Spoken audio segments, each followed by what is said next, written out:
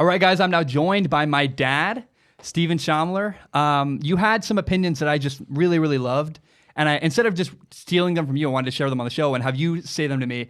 I wanted to talk about the Cincinnati Bengals and about Joe Burrow, the guy who they potentially could pick as the number one overall pick. I'm going to let you take it away. Talk about the Bengals. Well, first, I got to say, I'm so excited to be a guest on Strong Opinion Sports. I've been a fan since the very beginning. Yeah. I've been a fan a subscriber since before you had 10 subscribers. It's cool, man, how much you believed in me from the very beginning when no one else did. April 5th, 2017. From that day forward, I knew it would work. And you've just begun. You just watch. It's just so much fun. I'm so proud of you, and I love it. Thank you.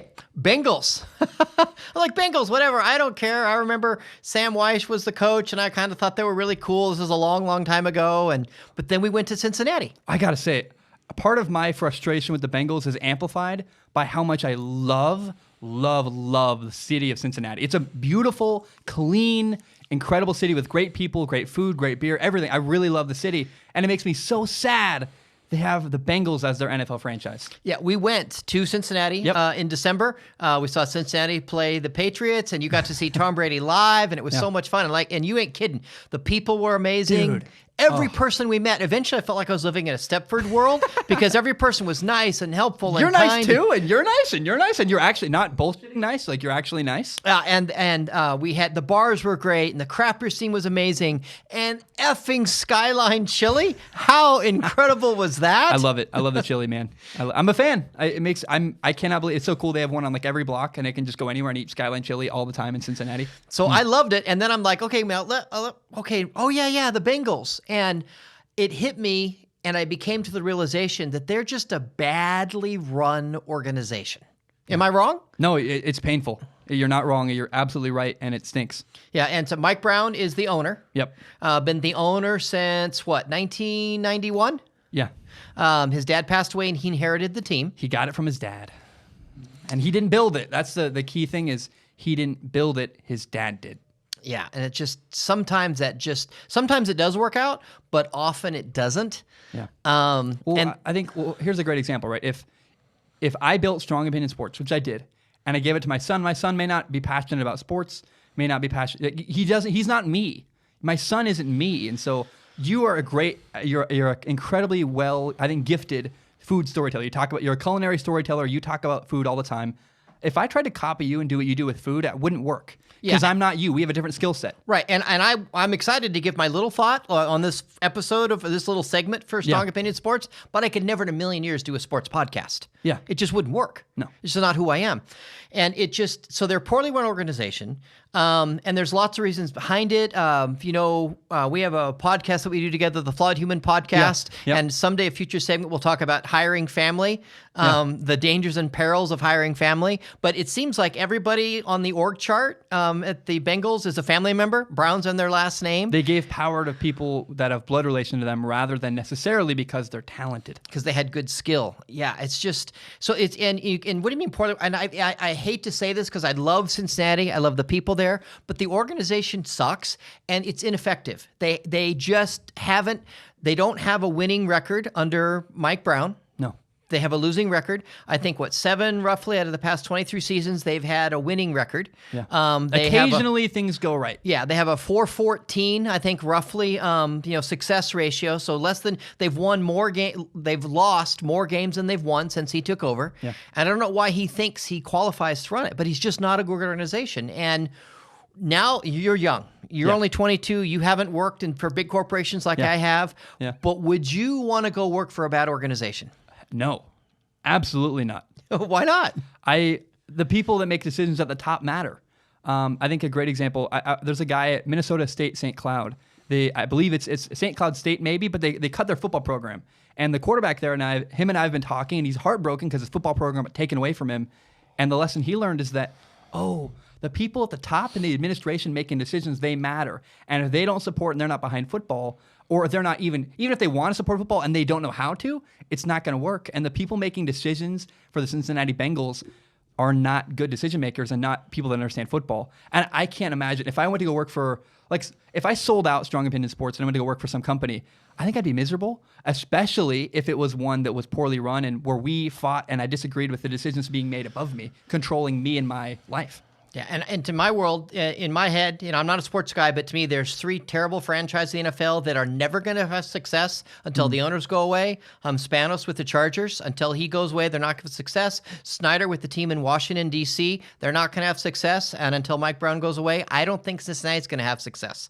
I'm not trying to hurt anybody there, but I want to kind of preface, that's my thinking before we talk about Joe Burrow, who I love. Well, I think it's, before we do go into that, I think it's also important to say it's not just that. So Mike Brown controls football operations, which he's never, like, who is he, the owner, to make football decisions? But he also seems like a bad businessman.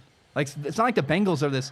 The Cowboys with Jerry Jones, hate Jerry Jones all you want. They have an incredible stadium. They sell a ton of merchandise. They're a brand, and they're a very healthy, successful brand, they're as well also as a football team. Well-run, super profitable business. Yes. They hate the football all you want. You got to respect that the Cowboys are a well-run business, and the Bengals don't appear to be a well-run business. It's like a double punch in the gut. They're a bad football team, and the second punch is they're a badly run business. Yeah, back in the day when they got the new stadium, as I understand it, promises were made, get the new stadium, we'll be more profitable, we'll be more competitive, and I think some would say that they are actually not doing as well now as they used to be. Like, the promise was, give us a stadium, we'll make more money, and we'll have more money to get better players, and we'll win more, and everything will be great. And I think their revenue is they're actually performing less, ranked worse, farther down the food chain in the NFL than other teams than when they didn't have their cool stadium, which is a cool stadium. I like their stadium. Oh, their stadium's, it's on the water. It's pretty. I go back to, before we go into Joe Burrow, I like Cincinnati. I like the Bengals. It's like a heartache because it feels like the pieces are there almost, and then it's a missed opportunity where it's badly run. It's just like, it's a missed opportunity that makes my heart so close, ache. yet so far. Yeah, it's just, oh man. Let's talk about Joe Burrow. My guess and my belief is that the Cincinnati Bengals, if they're a smart, which maybe they're not, they could screw this up. But I believe that the Cincinnati Bengals are going to pick Joe Burrow, the quarterback out of LSU, with the number 1 overall pick coming up in the NFL draft. It's probably everybody that listens to this podcast already knows they perform poorly enough. They get the first pick this year in the NFL draft for 2020. Yeah, so the worst team in the NFL gets the first pick. So they get to pick the best player available in the NFL draft. And so why do you love Joe Burrow so much? I think Joe Burrow... Look, I'm a quarterback analyst. That's my job. And I talk about what makes a good quarterback. Joe Burrow has everything. He's got a great arm. He's incredibly accurate. He understands matchups. He gets preparation. He prepares really hard. A lot of people want to discredit him and say, it's the coach. But I've played quarterback. The coach doesn't throw the ball. The coach doesn't decide where the ball goes. You can give a guy a good play call, and they can still screw it up. He's got better play calling this year than last year, absolutely.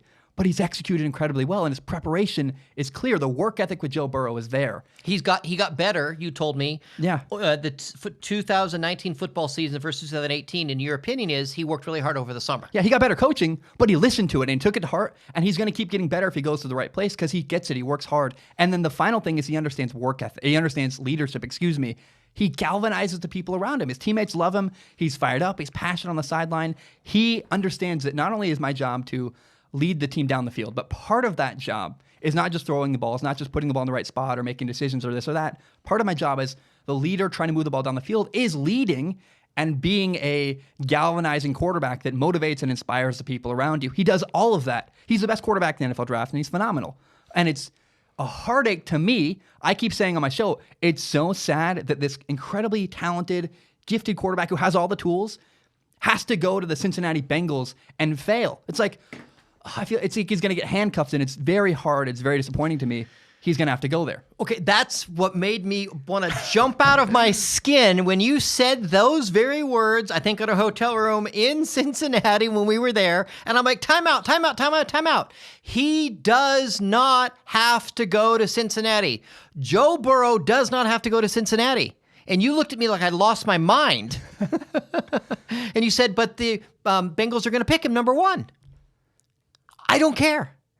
An employer cannot make you take a job. I think the NFL wants players, and quarterbacks feel like they don't have an option, that they don't have a choice, that they don't have free will, but they do. And I get it. Maybe if you're in the 3rd round and a team you're not sure about. If you don't have leverage, sure. But if you're the number 1 pick or you're one of the top 2 or 3 quarterbacks every year, I think even the third quarterback picked in the draft, even if it's like number 17, could say, I'm not going to your team. But I saw it with my own eyeballs. Eli Manning, I already mentioned the three worst run teams in the NFL include San Diego. And Eli Manning said, I'm not going to go to your team. And San Diego, being stupid and incompetent, didn't believe him and said, well, he wants to do what's best for him, but we're going to do what's best for our team. And they drafted him. And you know what? Eli Manning wasn't playing, fool. He did not go. And they ended up having to trade him to the Giants, which was a much better situation for him than the disaster of the Chargers would have been. Joe Burrow has the option. He doesn't have. So if ESPN comes to me and says, hey, Zach, we want you to work for me, I have the option to say no because I don't have to take the job I don't want. Correct. Joe Burrow doesn't have to work for the Cincinnati Bengals. He can say no, trade me. He has more power and leverage than people are willing to admit. Now there's a roadblock we're gonna run into. This is why I'm excited to have this conversation with you. Is that Joe Burrow's from Ohio. He's from like 2.5 hours out of Cincinnati. He's an Ohio kid. He talks passionately. Well, he went to high school. He went to high school in Ohio. He had success at Athens High School, right? New Plains, Ohio. 2 hours and 35 minutes away, according to my phone. Yep. And all of the people that we met in Cincinnati, they were loyal to Cincinnati and they loved Ohio. And it's quite possible that Joe Burrow has that love in his heart for Ohio and that loyalty to the state of Ohio. Yeah, he might go to the Bengals simply because that's my hometown team, out of duty and out of a sense of I have to go because it's the team and it's my job and my duty to go turn this franchise around. But your counterpoint to me, I believe, is screw that. I don't have to do that. Why shouldn't he go, even though he's from Cincinnati? I think or from Ohio. It's great to be loyal to your home region. I think that's phenomenal, but you should never put it's honorable. It's honorable, and I think it's cool. I like it. I like those kind of things. Yeah. But I think it's more important and healthier to be more loyal to your own career and the life you want than to a region or to a state or to a certain city. I think you got to have a hierarchy of values, and you and your family has to come first. Because if you don't take care of yourself, if you don't value yourself enough to take care of yourself first, no one else will. Who matters more, your kids, yourself, and your wife, or the people of Cincinnati? Or even more important, I mean, I've got my mugs. I love my mugs, but this mug, what life do you want? What kind of life does Joe Burrow want as a quarterback? Because maybe he wants to be in Cincinnati and be the hero and be well respected and be loved. If he wants that struggle, the really hard journey of trying to make the Bengals better. Well, but he could have the joy of being the man in Cincinnati. But coming with that is the fact that the team sucks, and he can't rescue that. The team, it's a bad organization, and as good as I think Joe Burrow is, as amazing as I think he is, as amazing as you say he is not going to turn that franchise around, and he could have a much more successful career at an organization that is well run. So what does he do? He says, I'm not going? Yeah, he has his agent. He doesn't have an agent yet at the time of this recording, but he has his agent say quietly, discreetly, I wouldn't, put a finger in anybody's face. I generally don't be like disrespectful. To do that. Don't be just say, I'm not going to, if you draft me, I won't be playing for you. And of course, the Bengals are stupid, so they'll leak that, and then he'll get some hate. But harder because it'll be hate from his home state. Right, but I just don't know why. I can't see a scenario where it makes sense for him to go there. I don't see a scenario where it works. It doesn't work because he's going to have a better. If he goes to a well-run organization, he'll have much better success. I really, really love the coach of the Miami Dolphins. They're 5-11 this year, but it's the best 5-11 team I've ever seen. Week 2, they lost to the Patriots 43-0. Week 17 last week, they beat the Patriots in New England 27-24, and they showed tremendous growth and progress as an organization over that year. But wait a minute. That was the last game of the season. Did the Patriots even want to win that game? Yeah, they played Tom Brady. They were fighting to the last play. The last play, they were lateraling and trying to score points. It cost them, losing to the Dolphins, cost the Patriots a first-round bye in the playoffs. They wanted to beat the Dolphins and couldn't. The Dolphins out-Patriots the Patriots with good execution and well coached. And that was at Foxborough. Yeah. So some people will write that loss off because it was the last game. People don't try as hard. They don't understand the Patriots context. Wanted to win that game. They were trying to. Even the last play. You don't play Tom Brady week 17 unless you want to win. And then I just go back to this. The last play of the game, they were literally lateraling, trying to keep the game alive so they could score points. They wanted to win, and losing cost them a first-round bye in the playoffs. My main point was this, though. The Miami Dolphins are an incredibly well-run. They haven't been for a long time, but they're getting their crap together. They're working hard. They have a great head coach that I believe in. And, man, if Joe Burrow went to the Dolphins and could be there and build something with a good head coach and in a healthier organization, that dog would hunt. That'd be awesome. And instead, if he goes to the Bengals, it's just going to be heartbreaking and painful to watch pain and struggle and losing and running into roadblock after roadblock that he doesn't have to if he goes to a better organization. So 2 things I want to emphasize as we bring this to a close. Number 1, If he goes to the Bengals, I hope I'm wrong. I would love to see Joe Burrow have success there with the Bengals in Heck yeah. Cincinnati. That would make me so happy for all those fans, all the friends I've met recently. It's an amazing in Cincinnati. story. Oh, The it would be Ohio great. kid saves the franchise. The city gets a quarterback. It'd be amazing. They I would win a love it. Super Bowl. I would be so happy to be wrong. Eat my words. I'd be thrilled. I would love to be wrong. Number one. Number two, he doesn't have to go. Even you said it that time, in December in the hotel room. But if he gets drafted, he has to go. He doesn't. He can say no. And you think he should? I think he should. And depending I on would. depending on what life he wants, I think he should and he can. He is not trapped. He is not a victim. He has options. So Joe Burrow should say no to the Bengals, I think, and go say, I want to play for a better organization. If you draft me, I will not play for you.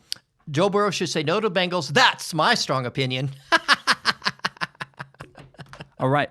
If you want to, we can continue this. Do you want to talk about the Dallas Cowboys at all? You had a really cool theory about Jerry Jones and Jason Garrett and what to do with that. Yeah, and it could be dated because it is. This is a struggle and the pain of talking about this topic, and that's why I put it at the end so we can cut it off if we need to. But right now, currently, the Dallas Cowboys haven't fired Jason Garrett, and we're just kind of waiting in limbo. And we were talking at the kitchen table last night, and you were like, hey, I have this idea.